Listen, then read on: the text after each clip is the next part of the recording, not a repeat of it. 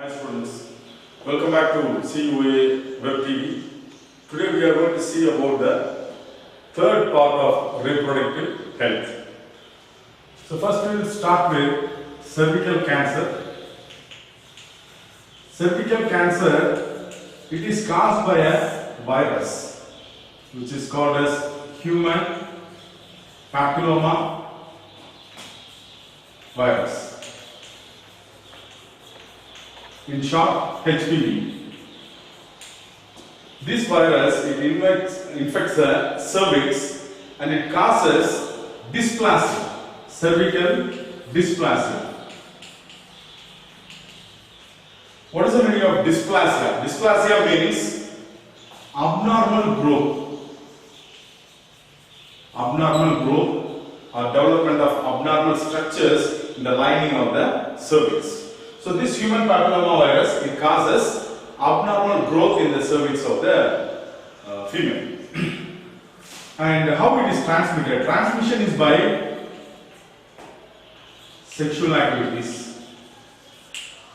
Sexual activities, especially those who are having multiple partners. Multiple partners. Apart from that, those who are using contraceptive for a longer duration. Those who are using contraceptive for a longer duration. So this is how the transmission occurs. And coming to diagnosis, Papanicola smear. It is also called as pap smear. So here a smear will be prepared. What is a smear? That is with the help of a swab, that is a cotton roll from the lining of the cervix. The smear will be taken, the sample will be taken and it will be spread on a glass slide. And then after staining, it will be observed under the microscope. It is called as smearing. And here, this smear is called as pap smear, the expansion of which is Papanicola smear. Apart from this, the virus could be detected by HPV test and scans which include MRI scans, CT scan. These scans are also used for detecting the viral infection. And there is another scan which is called as PET scan. This is used to detect in which stage is the cancer. It is used to detect the stage in which the patient is now, in what stage their cervical cancer is. And coming to treatment, treatment includes radiation, chemotherapy and surgery. So as like most of the cancer treatment, here also either the patient will be going for radiation and after that if required there will be chemotherapy and then surgery. Maybe surgery may be the first step here. And regarding vaccination, there are vaccinations available which has to be taken by the girls who are in the age of 9 to 13 years, that is around puberty. So if they take that vaccination, in future they will not get this papilloma infection. Then women who are above 30 years, it is advisable to have a screening once in a year. Once in a year they have to have screening. So this is about cervical cancer caused by human papilloma virus. The next sexually transmitted viral disease is genital herpes. It is caused by a virus called as Herpes Simplex virus, also called as HSV. And the transmission is by sexual act or coming in contact with the viral that is the viral particle, or just in contact with the genital parts. So transmission may occur through sexual contact, sexual activity, or just by coming in contact with the virus particle, that is the viroid, and coming in contact with the genital parts. And incubation period is 2 to 21 days, and the average is 6 days. On an average, 6 days. Most of the people will develop the symptoms within 6 days, but normal incubation period is 2 to 21 days. And coming to the symptoms, the symptoms include headache, fever, itching,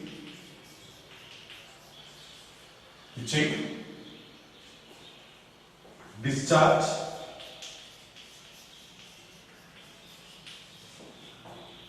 vesiculopustular lesions, and clusters of erythematous lesions, painful urination,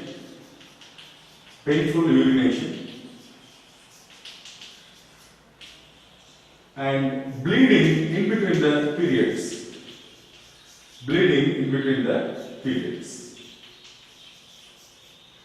The symptoms are more severe in female.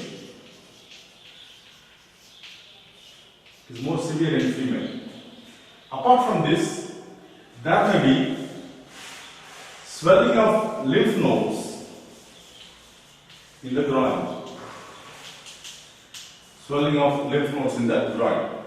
Now let me explain the symptoms again.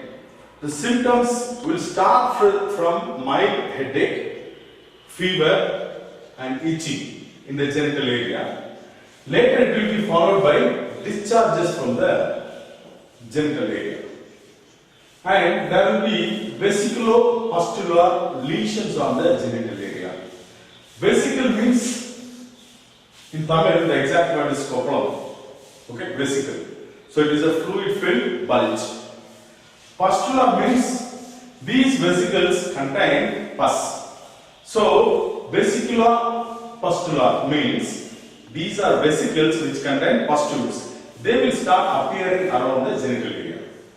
And then there will be clusters of erythematous lesions.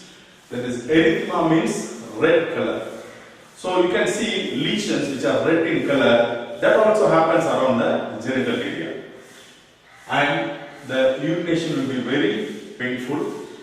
And women will experience bleeding within the periods. And the symptoms are generally more severe and painful for women compared to men. And the lymph nodes which are around the groin area, they will start swelling. And coming to the diagnosis part, the diagnosis is done by observing the clinical symptoms. That is, what are the symptoms exhibited by the patient, clinical symptoms, and then testing for the antigen and PCR. These are the diagnostic tests available for this genital herpes. Coming to the treatment, it is incurable.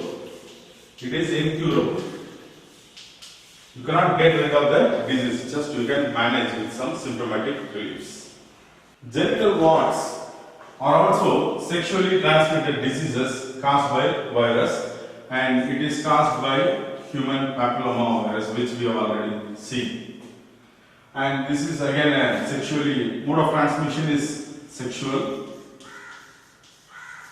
Coming to the symptoms, the symptoms include the formation of warts.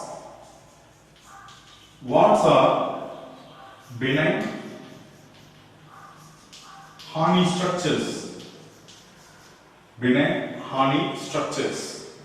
what we can say is, in Tamil we call it as maru.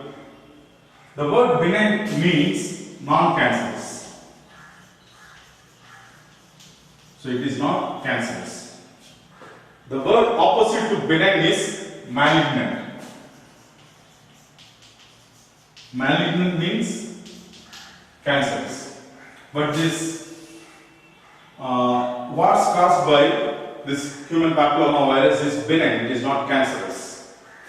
And these warts occurs in the genital area.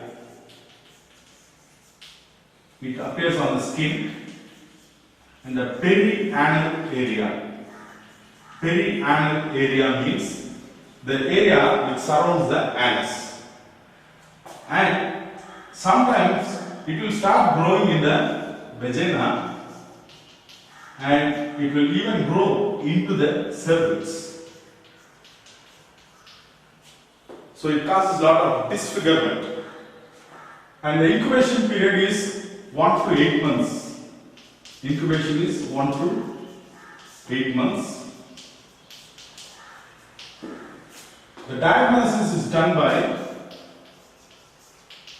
clinical symptoms, by observing the clinical symptoms, and screening for antibodies in the blood, and then by viral culture, cultivating the virus and studying, confirming whether it is human papilloma virus or some other virus, and by DNA hybridization techniques. DNA hybridization techniques. Coming to the treatment, so treatment, it includes cryosurgery. Cryosurgery, as the name indicates, it involves a very low temperature, which is approximately minus 196 degrees, by using liquid nitrogen. So what is done in this is, there will be a probe, a tube-like structure, a probe, which will be inserted into the body, and it will be touching the tumor or the wart. Then the liquid nitrogen gas will be supplied through the probe. So what happens? This liquid nitrogen, it will reduce the temperature to minus 196 degrees C in that wart or the tumor. So it forms ice ball there, which will be later helps in healing of that. Either it will form a scar or it will be removed. So this is the process of cryosurgery. This is done as a treatment for this genital warts. Apart from this, there are some extractions prepared from plants. That is from podophyllum. The rhizome extract of this plant is applied on the wart, which also helps in removing the wart. Next disease is chlamydiasis. It is caused by Chlamydia trachomatis. Chlamydia trachomatis. It is an obligate intracellular parasite. It is obligate intracellular parasite, which means it can live only within the cell, just like the virus. It is not a virus, but it can live within the cell only. So it is obligate intracellular parasite, and it is transmission is by sexual activities, and the symptoms include, it causes trachoma. Trachoma is a condition where the eyelids will be inflamed, granular inflammation of the eyelid. That is called as trachoma. It causes trachoma, and it causes urethritis. That is, the urethra will get infected and inflamed, and then epididymitis, which is the inflammation of the epididymis, and there will be pain on the scrotum, scrotal pain, and then in female it causes cervicitis, which means the inflammation of the cervix, and there will be inflammation of the fallopian tube. Fallopian tube is also, it will get inflamed, and there will be mucopurulent discharge. Mucopurulent. That is, there will be discharges which contains mucus, pustules, and with a foul smell. That is called as mucopurulent discharge. Coming to the diagnosis, it is done by observing the clinical symptoms, and staining and observing the discharges under microscope. The discharge is collected and it is prepared in a glass, like a smear is prepared, and then it is stained and it is observed. And antibody detection. So these are the methods of diagnosing this chlamydiasis. Coming to the treatment part, antibiotics like tetracycline, erythromycin,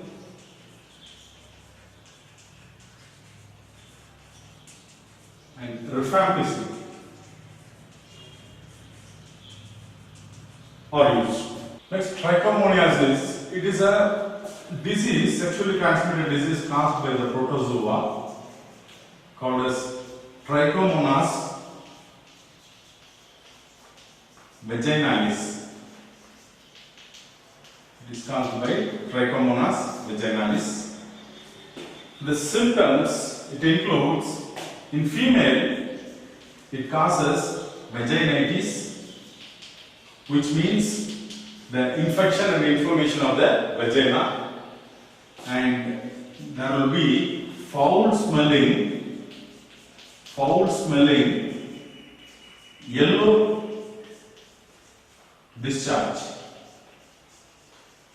So there will be yellow color discharge which is foul smelling, and sometimes you can feel somebody is having this infection by the smell coming around them. And it causes burning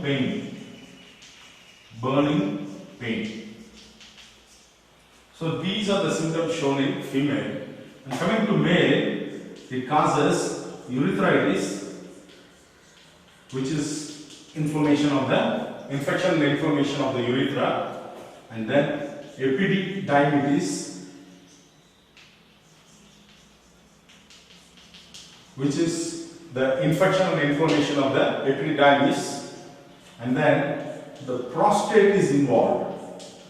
So it causes prostatitis, that is the infection and inflammation of the prostate. And here also there will be a burning pain.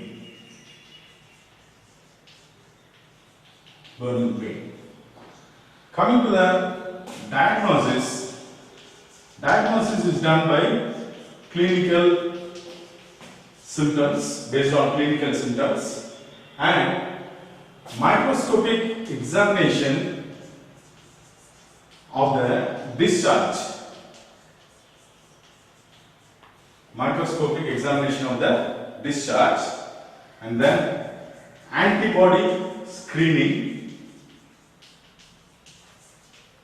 and then by using immunofluorescent techniques.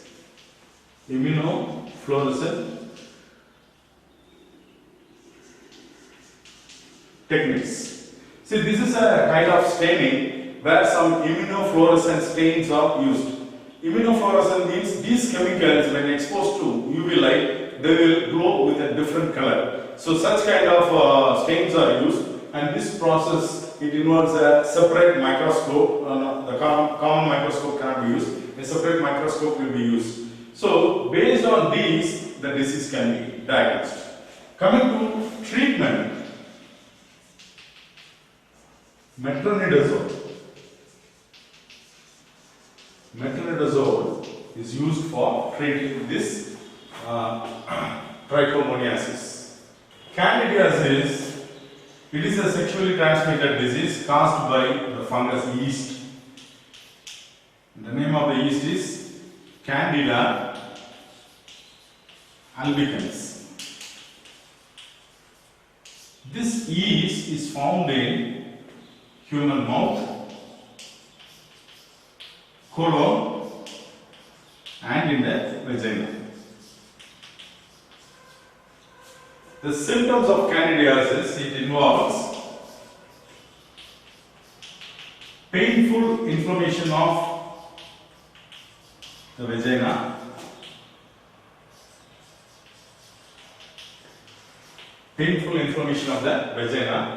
and thick, cheesy discharge. So there will be a thick white cheese-like discharge. The treatment, it involves using antifungals like clotrimazole,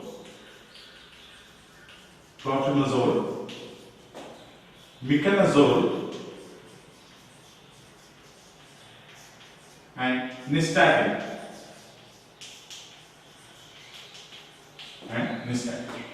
Infertility is a very important topic under reproductive health. Without discussing infertility, this topic will not get completed. So what is infertility? It is an inability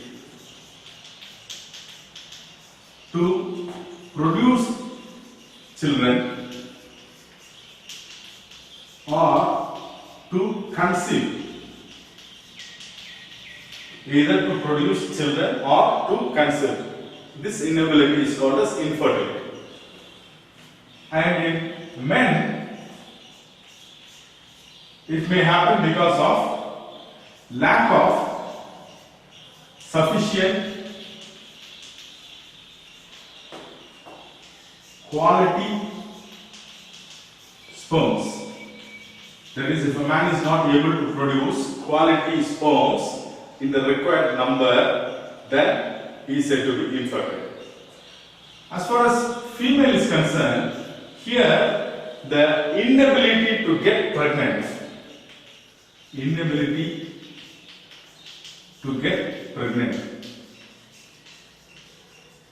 This condition is called infertility in female. And infertility can be divided into two types. One is primary, and second type is secondary. In primary, this refers to person who has never conceived. They have not conceived in their life so far. They are called as primary. And secondary, this refers to a person who had a pregnancy earlier. They had a pregnancy earlier, but after that they are not able to conceive. That is, they are not able to produce a second child. They are called as secondary infertility. Now let us see some of the common causes for infertility in males. There are many causes. Let us see one by one. First is cryptorchidism. You may be aware of this. We have seen in the previous chapter in human reproduction. Cryptorchidism. Crypto means hidden. So here the scrotum, that is the testis, will not descend into the scrotum. So because of that, what happens? It will remain within the body of the baby, male baby. So this will lead to agiospermia. That is, because the temperature could not be maintained in the testis, and as you know, the testis requires a temperature at least 2 degrees lesser than the body temperature. So when this is not maintained, the production of sperm is halted. So this cryptorchidism is one of the important reasons for infertility in males, and this could be corrected by doing a surgery in the beginning itself, right? Next is alcoholism. Alcoholism, that is consuming alcohols on a regular basis, that affects the quality of the sperm which is being produced. So persons who are in alcoholism, they will have defective spermatozoa. So it is not a good thing to go for alcohol. It will affect your generation as well. Next is thyroid function. Thyroid dysfunction. If there is any dysfunction in the thyroid, then it leads to infertility. Next is impotency.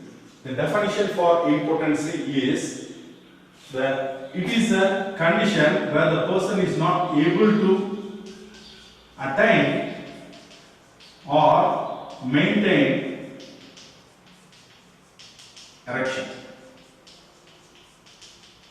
So this is a condition where a person, a male, is not able to attain erection or maintain erection, because erection is very much needed for insemination, to deposit the semen into the female reproductive tract. Erection is very much essential.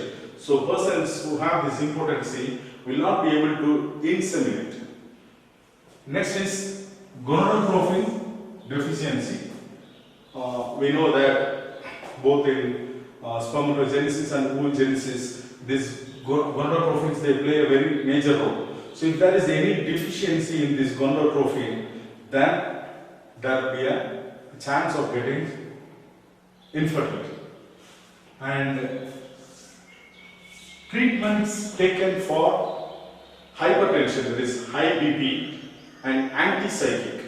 Some persons may have some minor psychological problems for which they will be taking drugs for a longer duration. So taking drugs for a longer duration for high BP or as well as psychic conditions, then it will affect the infertility. So that leads to infertility. And next is Y chromosome microdeletion. In short, it is called as YCM. Here what happens is, some of the genes which are present in the Y chromosome are missing due to mutation. So some of the genes which are present in the Y chromosome are missing. This leads to infertility.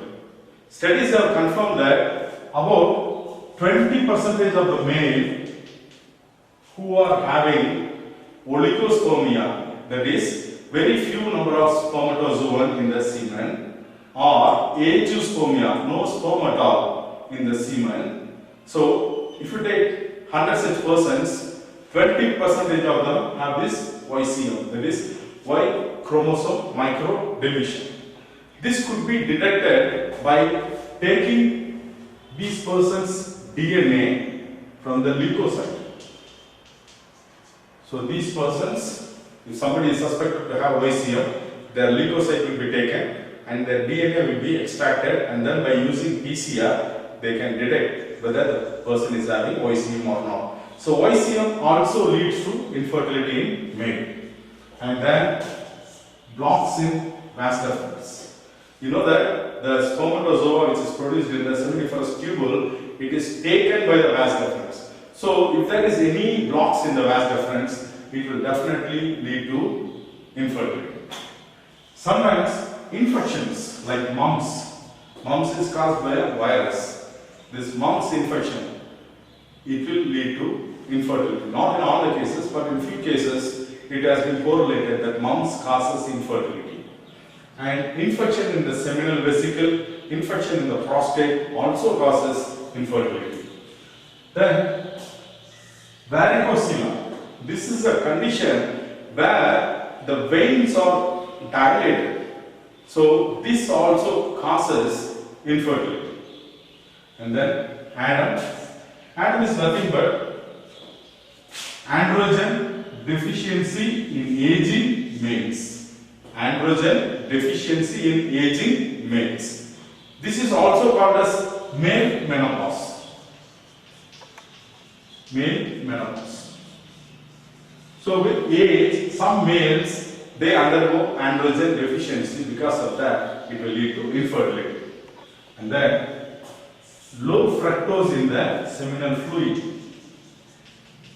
Seminal fluid. See, while studying the components of seminal fluid, we read that seminal fluid contains fructose, and this fructose provides energy for the mitochondria in the spermatozoa. So this fructose which is present in the seminal fluid, it provides energy to the mitochondria in the sperm so that it can swim. So when there is deficiency, that is low level of fructose present in the seminal fluid, that leads to infertility because the sperm cannot actively swim. And then wearing tight clothes. You need to be very careful about this because nowadays many youngsters, they wear tight cloths in the name of fashion, like jeans and other things. See, these tight cloths prevent the scrotum to move up and down. Because of that, what happens? The testis is not able to get its proper temperature. That is, the temperature of the testis cannot be regulated because of tight clothing. So wearing tight clothing throughout the day or continuously will affect the quality of the sperm, which will finally lead to infertility in male. And then autoimmune disorder. See, some male, they have autoimmune disorder, which means their own antibody will kill their own sperm. Because of that, the sperms will not be alive. Though he is able to inseminate, but all the sperms he has inseminated are not alive. So this is caused by some autoimmune disorders. So these are all the conditions which may lead to infertility in male. Now let us see the reasons or causes for infertility in females. The first reason is, it is a syndrome which is called as Mayer-Rokitansky syndrome. In this syndrome, what happens? The female baby is born without an ovary. So in this case, there is no ovary in the baby. So when it becomes a lady, she will not have ovary to produce egg. So this condition is called as Mayer-Rokitansky syndrome. The next is anovulation. Some female will not be able to produce egg. This condition is called as anovulation. So they will never experience ovulation. And second is some luteal phase defect, which means there may be deficiency in LH and FSH. And as you know that these LH and FSH, they play a major role in pregnancy and ovulation. If there is any defect in the production of LH and FSH, definitely it will lead to infertility. And then this is a very interesting condition called as anorexia, where there is low fat. See, if you compare male and female fat content, female, they have a fat called as gynoid fat. This gynoid fat, it gets accumulated in the inner thighs and in the pelvic region and other places. This fat helps in pregnancy, helps in production of hormones and in maintenance of pregnancy. So this gynoid fat is very much essential for female to be fertile. But because of some preconceived ideas like zero size and other things, some women, they avoid eating food at all. They will not have any food. And sometimes it will go to the extent that they will have the food and they will induce vomit on their own and they will vomit it. Okay, so because of that, all the fat in their body will go off. Okay, they will be having a sick look. This condition is called as anorexia. So that leads to a lower fat content. This will lead to infertility. And conditions like pelvic inflammatory diseases, uterine fibroids and endometriosis, all these, they lead to infertility in females. Apart from that, some women, they have anti-sperm antibodies. That is, their body will attack the sperm. That is, their body will produce some antibodies which will attack and kill the spermatozoa. So the sperms are not left to go and fertilize the egg. And chronic cervicitis. So you know that cervix is the neck of the uterus. Neck of the uterus, the sperm has to pass through it. Sometimes what happens is, some women, they will have cervicitis in a chronic fashion. Cervicitis is the infection and inflammation of the cervix. And in a chronic condition means for a longer duration. So what happens, the passage through which the sperm has to move in, it will get narrowed. So the probability of getting many sperms inside is reduced. Only few sperms can pass through it. So chronic cervicitis, it also leads to infertility in females. And then elongation of the cervix. See, the cervix is the neck of the uterus, so the sperm has to pass through the cervix and it has to go through the uterus and then it has to reach the fallopian. If the cervix is going to be elongated, long, the sperm may not be able to have sufficient energy to cross that cervix and to pass through uterus and fallopian. So elongation of cervix also leads to infertility. And we have seen that the fimbriae, that is if this is the infundibulum, it has finger-like structures which are called fimbriae. They will catch hold of the egg and they will pass it into the fallopian tube. Sometimes the fimbriae may not be picking the egg. That also leads to infertility. And the next condition is dyspareunia. Dyspareunia, which means some women, they experience severe pain during coitus. Okay, during intercourse they will experience severe pain. That condition is called as dyspareunia. So this also leads to infertility. And in some women, we have already seen that in the genital tract, some of the sperms are phagocytosed. So in order to compensate that only, spermatozoa are released in large numbers. But in some female, the sperm phagocytosis will be large enough so the sperms cannot escape and reach the uterus and to the fallopian tubule to fertilize. And ectopic pregnancy. Ectopic pregnancy means what? Ectopic means the embryo, the blastocyst, gets implanted in some other area other than uterine wall. So it may get implanted in the fallopian tubule. So what happens? It will start developing that. The size will increase, which will cause severe pain. And sometimes it may burst and it may be a life threat also. So the development of the embryo in the fallopian tubule is called as ectopic pregnancy. That also leads to infertility in females. Now let us see about assisted reproductive technology. For couples who have infertility, that is those who are not able to get conceived, there are some special clinics called as infertility clinics. Infertility clinics.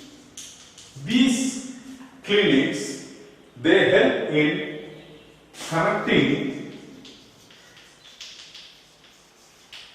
the problems with a particular couple and help them in getting conceived. So this is what normally happens. But in some cases, these problems will not be in the scope of getting corrected.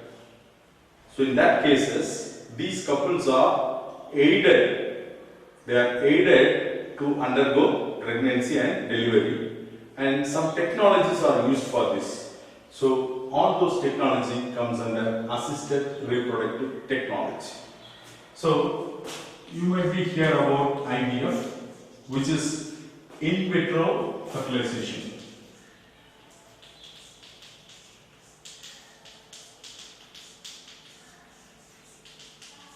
In vitro fertilization. Here what happens is the egg from the wife or from a donor, it is collected, and the sperm from the husband or from a healthy donor is collected, and in the lab condition they are allowed to fertilize. In the lab condition they are allowed to fertilize. And after fertilization, maybe at the 8 blastomere cell stage or after that, it is transferred into the fallopian tubule or into the uterus of the female who is going to carry that pregnancy. which is called as the embryo transfer. This is called as the embryo transfer. So in vitro fertilization, the gametes are collected separately. They are allowed to undergo fertilization in the lab, and after fertilization, after a period of time, these are transferred into the fallopian tube or uterus. If you see the history of IVF, in vitro fertilization, in earlier days they were used only for women who have fallopian tubes with blockage or with damage in the fallopian tube, or where the fallopian tube is totally absent. So earlier days, this technology was used for these people only, that is women who have blocks in the fallopian tube or damage in the fallopian tube, or the fallopian tube is totally absent. But nowadays, in today's scenario, for most of the infertility cases, this technology is used. And if you see the steps involved in this IVF technology, the first step is stimulation of the ovary. Second step is retrieval of the egg.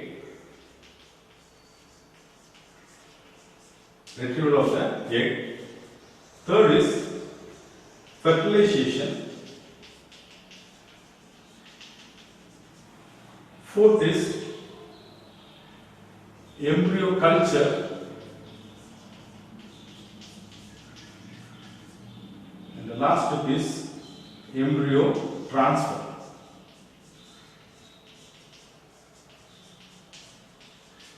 So first, stimulation of ovary, that is by providing some hormonal injection, the ovary is stimulated to produce eggs. The second step is the produced eggs are carefully collected. Third is the egg is allowed to fertilize with the sperm. And fourth is embryo culture, where the zygote is maintained a few days, a few hours, so that it can undergo mitotic division and it may form structure with 8 blastomeres or more than that. And after that, this is transferred into the fallopian tube or into the uterus of the female. These are the steps involved. Now let us see how the egg retrieval procedure is done. First, HCG injection will be given. And after giving the injection, that is after 34 to 37 hours, a minor surgery will be conducted to collect the egg.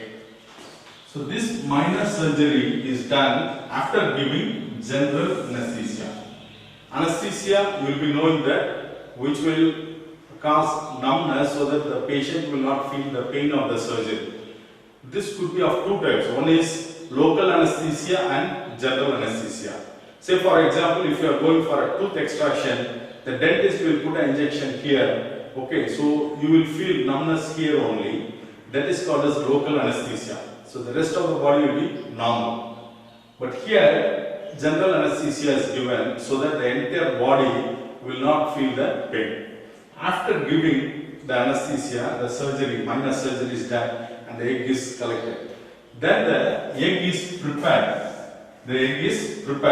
The preparation involves the removal of the surrounding cells from the egg. So this is the egg.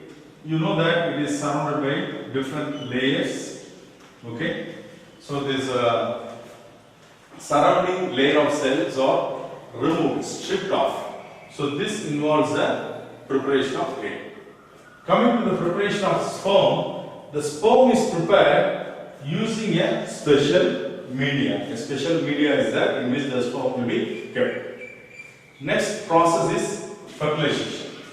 In fertilization, the sperm and the egg are brought together. They are brought together in a ratio of, for each egg, for one egg, there should be approximately 10,000 to 1 lakh spermatozoa.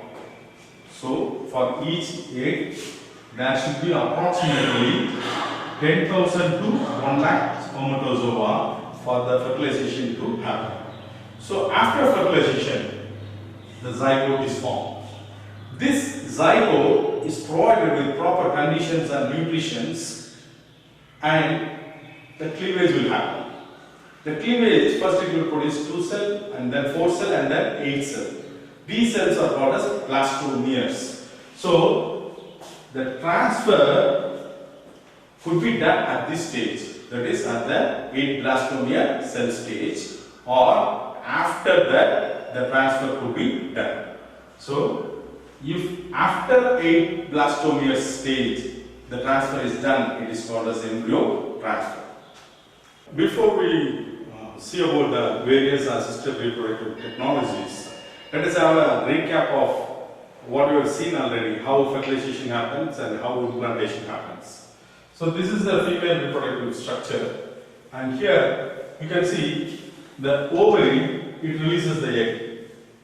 These released eggs are captured by the fimbriae, and then it is driven into the fallopian tube with the help of the cilia which is present inside the fallopian tube, and it reaches the ampulla, right?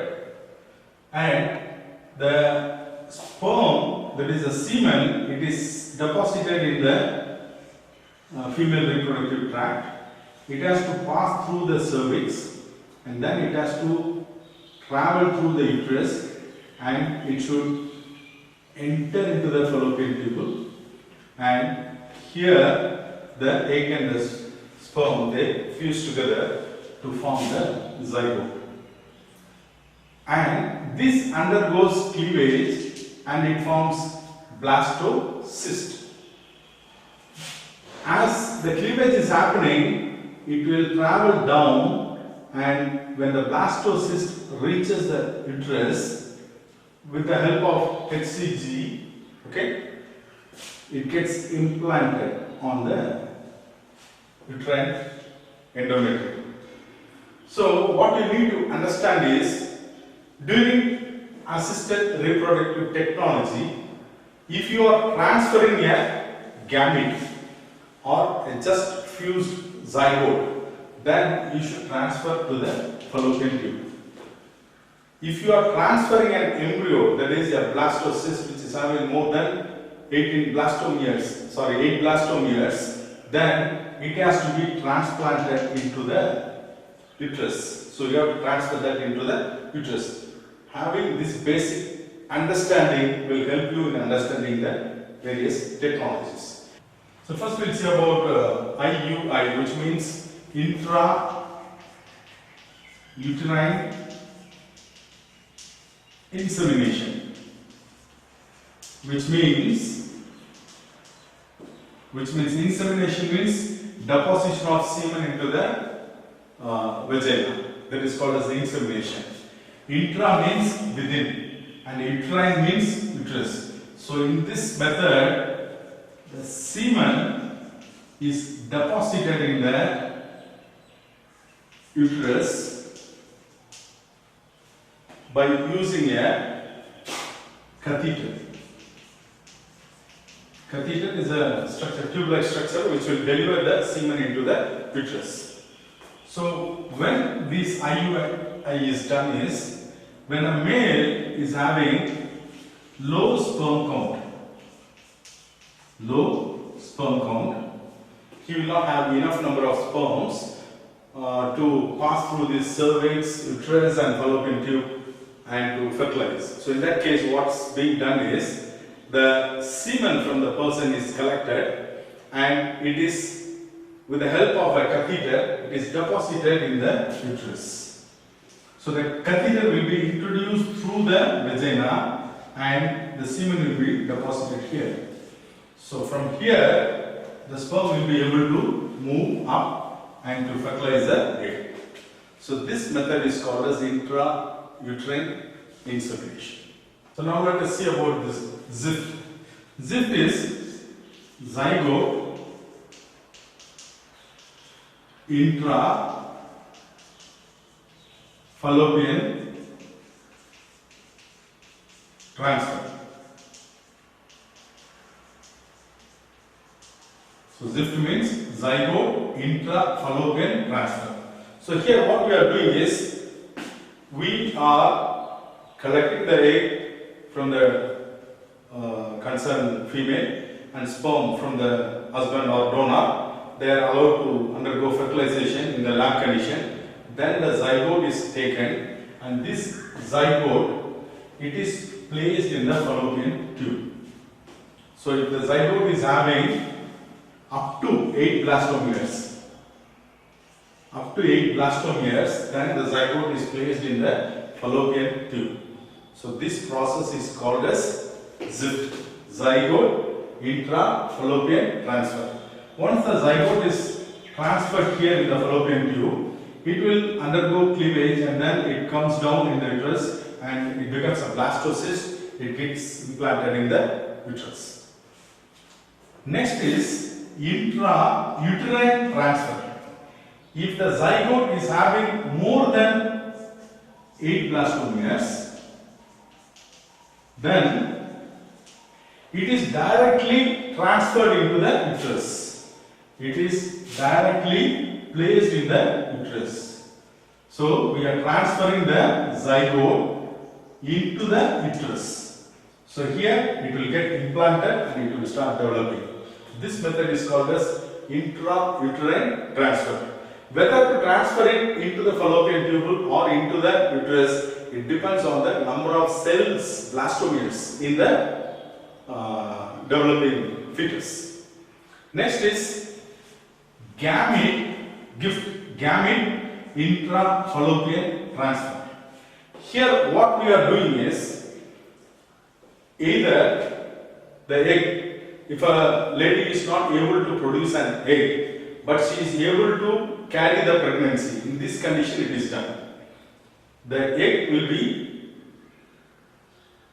collected from a donor and then it will be placed here in the abdomen. Along with that, the sperm will also be placed there. So what happens? The egg is placed first and the sperm is placed then. So these two, they join together to form the zygote and they will start undergoing the normal cleavage and then it will travel down, it becomes a blastocyst, it will get implanted in the uterus. So this gift is gamete intrafallopian transfer. You cannot transfer the gamete into the uterus directly. So next we will see about intracytoplasmic sperm injection. It is done for IVF. Here what we are doing is, the eggs and sperm are collected and under the microscope, under special microscope and special needles, syringes, the egg is whole and in the cytoplasm of the egg an injection is made which contains the sperm. So this is the nucleus of the egg. In the cytoplasm the sperm is delivered. So after that what happens? The sperm, it gets fused with the nucleus of the egg and it becomes a zygote. And then as usual the zygote will be maintained, okay? And after 8 blastomeres are formed, this will be transferred into the uterus. So this is called as intracytoplasmic injection and the success ratio of this is around 75% to 85%.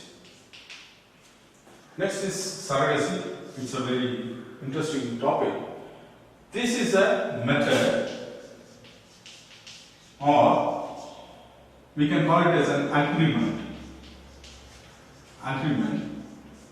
where a woman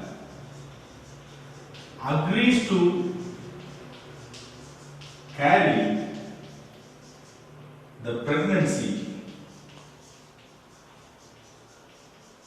for another woman.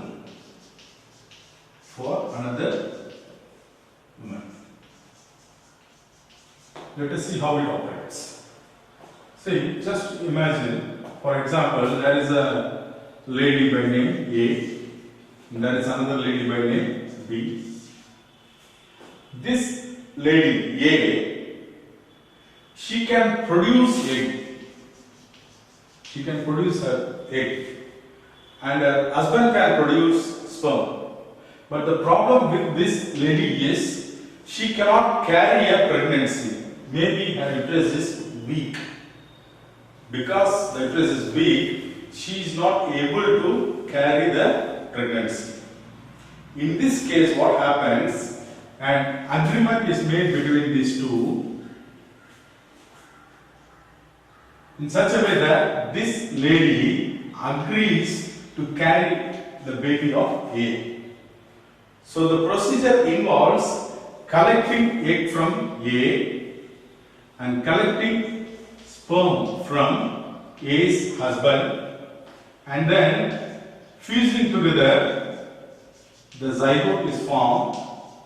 This zygote is placed in the uterus of B. This zygote is placed in the uterus of B. So, the woman B will be carrying the baby until delivery and she delivers. After the delivery, the baby it belongs to the couple A, not for B. Here, this B is called as surrogate mother. Surrogate mother. This microtesticular sperm extraction, also called as TESC, is done for male who are having agiospermia. That is, their ejaculated semen will not have any sperm. But these individuals are able to produce sperm. The only thing is, it is not able to be ejaculated outside.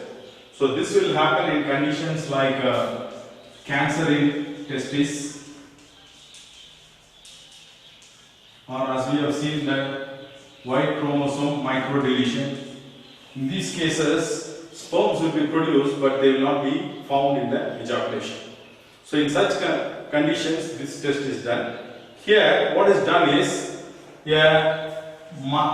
incision, and incision is made in the scrotum midline, and a microscope allows the doctor to view and to handle the seminiferous tubules.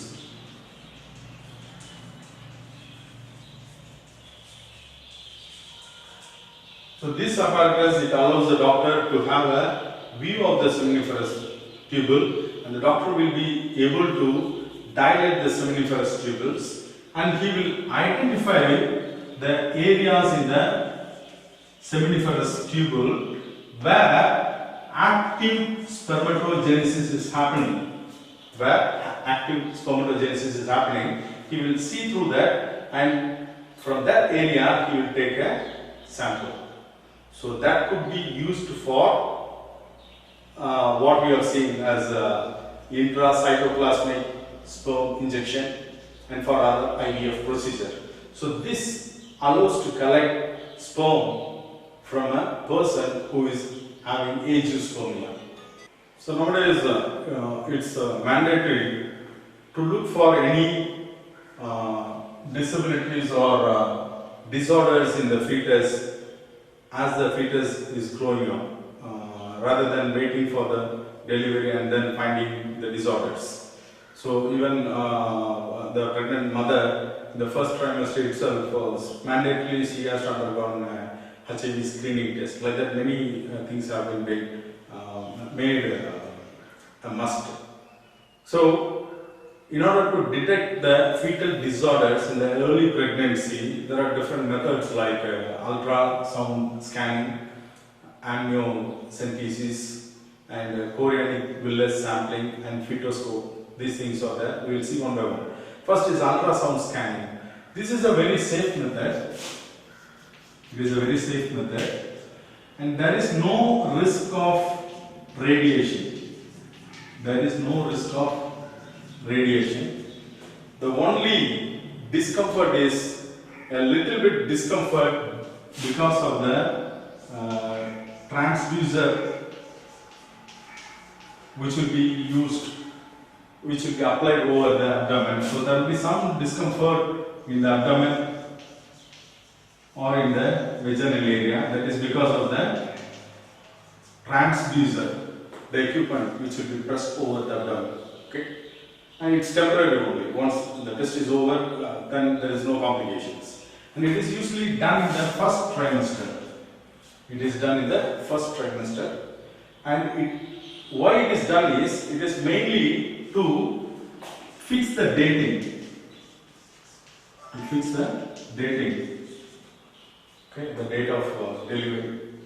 And then to confirm the number of fetuses, whether it is a single baby or 2 babies or 3 babies, okay, that will be fixed. And to look for any complications. Is there any complication with the growth of the baby? And there are different varieties of ultrasound scanning. There is 2D ultrasound scanning, which gives a flat picture of the face of the baby or any part. It's more like a photo. As we see in the photo, you can see the length and breadth. And 3D ultrasound scan is also there. This will give, apart from length, breadth, it also gives the depth of the image. So in a photo, you will be able to see the length and the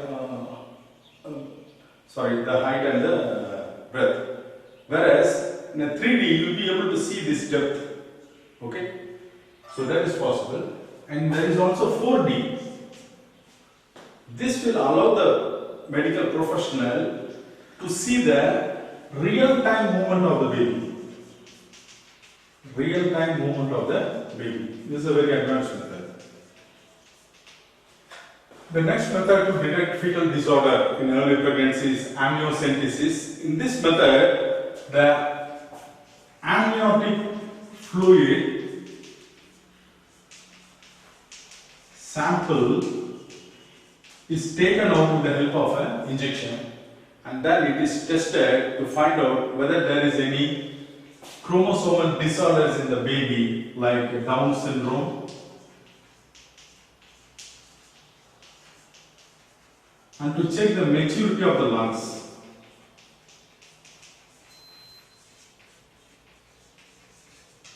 Maturity of the lungs. So if you are able to recollect, while we are studying the extra embryonic membranes, we studied that if this is the baby, okay, so these are the yolk sac, and the baby is surrounded by a fluid filled cavity. This is the amnion, and this is the amniotic fluid. The amniotic fluid, it contains some of the cells which are detached from the embryo. So, if you collect a sample of this amniotic fluid, you will get the cells, and by looking into the cell, you can identify any chromosomal aberration is there, any disorder is there in the baby. So, how this amniotic fluid is collected? See, this is the abdomen, and injection will be inserted through the abdomen into the amniotic cavity, and the amniotic fluid will be aspirated, and that aspirated fluid will be checked for chromosomal aberrations and other aspects. So, as I said earlier, this fluid will contain some cells from the fetus, so it will give an idea about whether all the chromosomes are present in the correct manner or some disorder is there. Okay. The next method to detect a fetal disorder is chorionic villus sampling. Here, a sample from the placenta will be taken. And it will be examined for screening any chromosomal disorders. Whether there is any chromosomal abnormalities in the fetus. The sample is taken from the placenta. Next is fetoscope. So fetus, it refers to the embryo, and scope, the vision. So here, what is done is, it is mainly done to measure the heart rate of the fetus. So the normal heart rate of fetus is 120 to 160 per minute. If there is any variation in the heartbeat, that indicates maybe there is oxygen deficiency to the fetus or some other complication is happening. So the doctor will be checking periodically using the fetoscope. Whenever the woman gives a regular visit to the doctor, with the help of a handheld Doppler, he will be measuring the rate of the heartbeat of the fetus. And nowadays, even during labor, the heartbeat of the fetus is electronically continuously measured. And the lady is giving birth, during that time also, the heart rate of the fetus is measured electronically, continuously, to prevent any complications. Next we will see the simple procedure for self-examination of the breast. How to do self-examination? See, breast cancer is a growing concern among women. So all women need to be aware of this technique. See, this any woman can do on her own. It could be done in a standing position or in a lying position. So the breast is divided into 4 quadrants, and the area surrounding the nipple will be considered as the 5th quadrant. So by using the palm of the opposite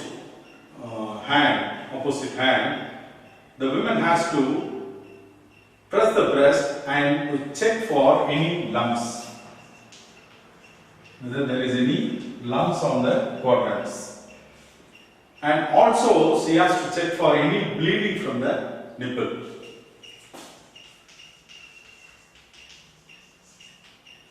So if there is any lump or bleeding, it is advisable to meet the doctor immediately and get checked for breast cancer.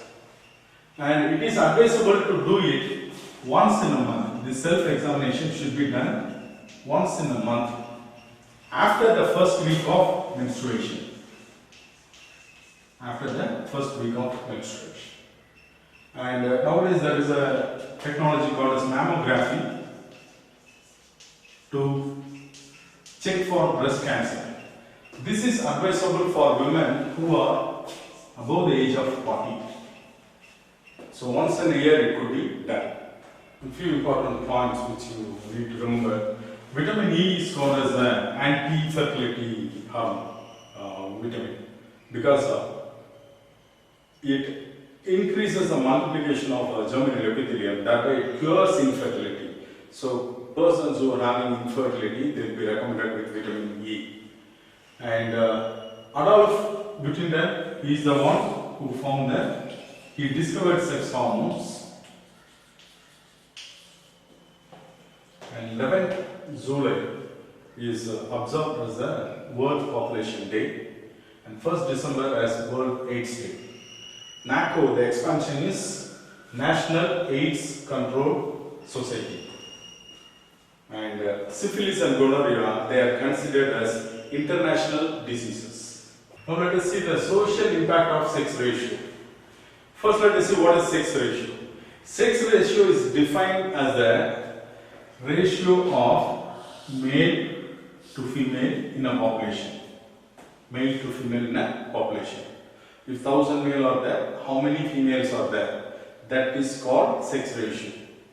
In India, the sex ratio earlier was 927 females for 1000 males, but it has declined to 990 for 1000 males, which is a growing concern.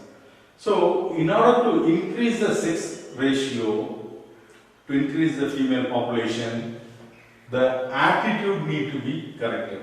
Because if you see, feticide or infanticide, they are all outcome of the attitude or manifestation of their attitude. Let us see what is the definition for feticide and infanticide. Feticide is the killing of the female child or the baby within the womb of the mother. That is, if the killing happens before delivery, it is called as feticide. And if the killing happens after delivery, it is called as infanticide. So these feticide and infanticide are an outcome of the attitude that need to be corrected to increase the sex ratio. The United Nations Development Program General Inequality Index. It is an index which is calculated on several factors. There are many criteria. Say for example, if there is a country, in the country how many women they have become president, how many are in power, like that. There are many such criteria. Based on that, this index is calculated. Gender Inequality Index. In 2018, out of the 187 countries, we are in 135th position. So governments have taken various measures to nullify this inequality. So this Preconception Prenatal Diagnostic Test Act, Preconception Prenatal Diagnostic Test Act in 1994, it restricted banning in diagnosing the sex of the fetus. So no professional by word or by sign should express the sex of the fetus. Earlier, amniocentesis was largely abused to determine the sex of the baby, and if the baby is going to be a female baby, that was followed by medical termination of pregnancy. So this is a remarkable act which grabbed that usage of diagnostic tools for identifying the sex of the baby. And government is also taking many measures to ensure the survival of the female baby, to provide nutrition, to provide education, to provide empowerment and protection for the female, to increase the sex ratio. Another important step taken by the government to stop the abuse of child is the POCSO Act, which means Prevention of Children Sex Abuse Act. The enactment of this act will definitely curb the crimes against children, especially the sexual abuse of children.